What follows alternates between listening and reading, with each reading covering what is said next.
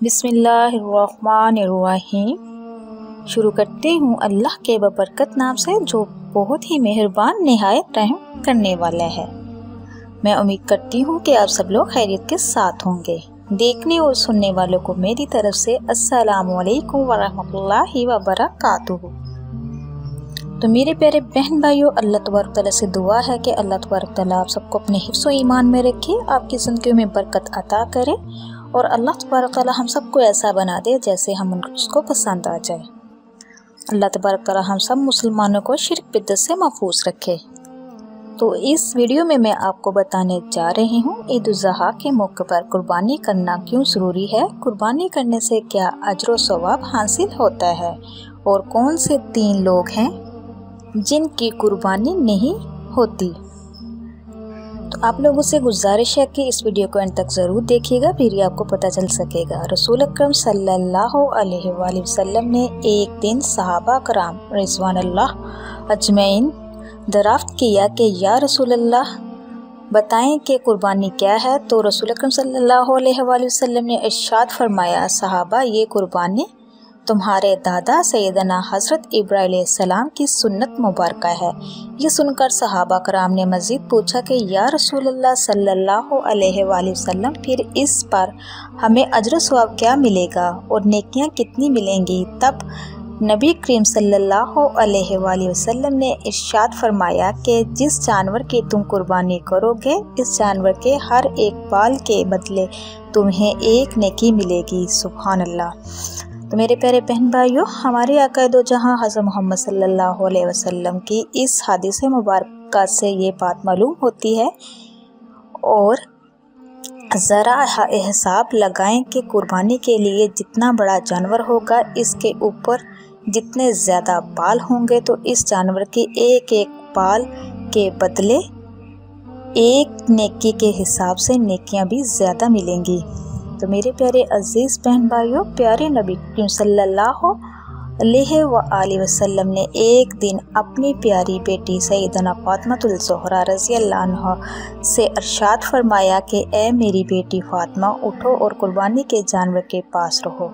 यानी आपका नाम जो जानवर है अल्लाह तबारक तआला की बारगाह में कुर्बान होने जा रहा है, तो इस जानवर के पास रहो। ये इरशाद सुनकर सैयदना फातिमातुल ज़हरा ने वजह दराफ्त की, अब्बा हजूर क्या ज़रूरी है कि मैं अपने जानवर के पास रहूं। तो ये सुनकर नबी करीम सल्लल्लाहु अलैहि वसल्लम ने फरमाया कि ए बेटी, इसलिए कि इस जानवर के खून का पहला कतरा ज़मीन पर गिरते ही अल्लाह तबारक तआला तुम्हारे पिछले तमाम गुनाहों को मिटा देगा। सुभान अल्लाह।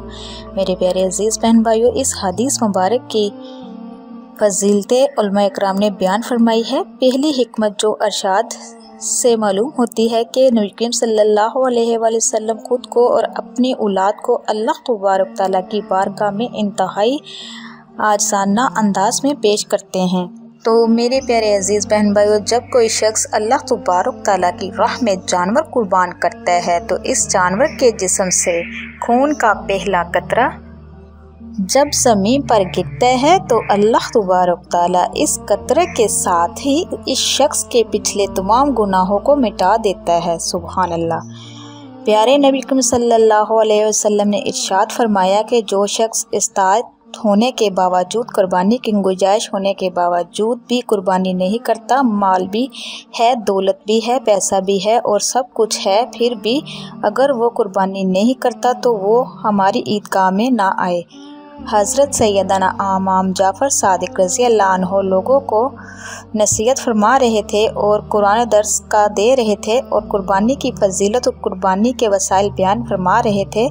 इस दौरान आप रज़ियल्लाहु अन्हु ने इरशाद फरमाया कि ए लोगों, हर एक मुसलमान की कुर्बानी अल्लाह तबारक तआला कबूल फरमाता है, लेकिन सुन लो कि दुनिया में 3 ऐसे बदबख्त लोग हैं कि जिनकी ना तो कुर्बानी कबूल होती है और ना हज कबूल होता है और ना ही कोई नमाज कबूल होती है। तो इन पर लोगों ने सवाल किया कि ए हज़रत, आखिर वो 3 किस्म के बदबख्त लोग कौन कौन से हैं? ऐसे कौन से बदबख्त लोग हैं कि जिनकी कुर्बानी हज नमाज कबूल नहीं होती? फरमाया, नंबर 1 शिरक करने वाले का कोई भी अमल कबूल नहीं होता, और ना नमाज कबूल होती है, ना उसका हज कबूल होता है, और ना ही उसकी कुर्बानी कबूल होती है। अल्लाह तबारक तआला के साथ किसी को शरीक करना शिरक कहलाता है।